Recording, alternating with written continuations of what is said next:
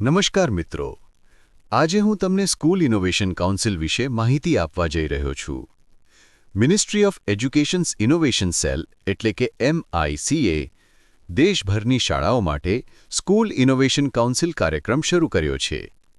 આ કાર્યક્રમનો મુખ્ય ઉદ્દેશ શાળામાં નવીનતા, નવા વિચારોનું સર્જન, ઉદ્યોગ સાહસિકતા, સર્જનાત્મકતા અને ડિઝાઇન થિંકિંગની પ્રક્રિયાને પ્રોત્સાહન આપવાનો છે.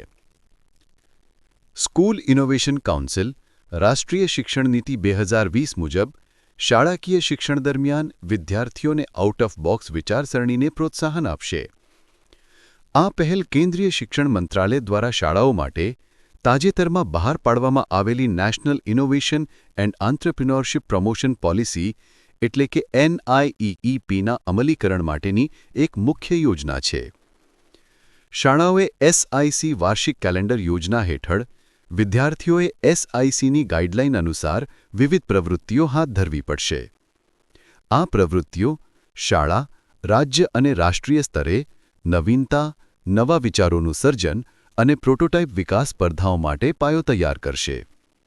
સ્કૂલ ઇનોવેશન કાઉન્સિલ એટલે કે SIC શાળાઓને ઉચ્ચ શિક્ષણ સાથે શિક્ષણ મંત્રાલયના ઇનોવેશન સેલ દ્વારા સ્થાપિત ઇનોવેશન કાઉન્સિલ સાથે જોડશે, જેથી શાળાના વિદ્યાર્થીઓને વધુ એક્સપોઝર પ્રદાન કરી શકાય. અને અંતમાં, શાળાના આચાર્યએ SIC કાર્યક્રમની માર્ગદર્શિકામાં આપવામાં આવેલી મિનિસ્ટ્રી ઓફ એજ્યુકેશન્સ ઇનોવેશન સેલની જોગવાઈઓને અનુસરીને સ્કૂલ ઇનોવેશન કાઉન્સિલનું રજિસ્ટ્રેશન કરવાનું રહેશે.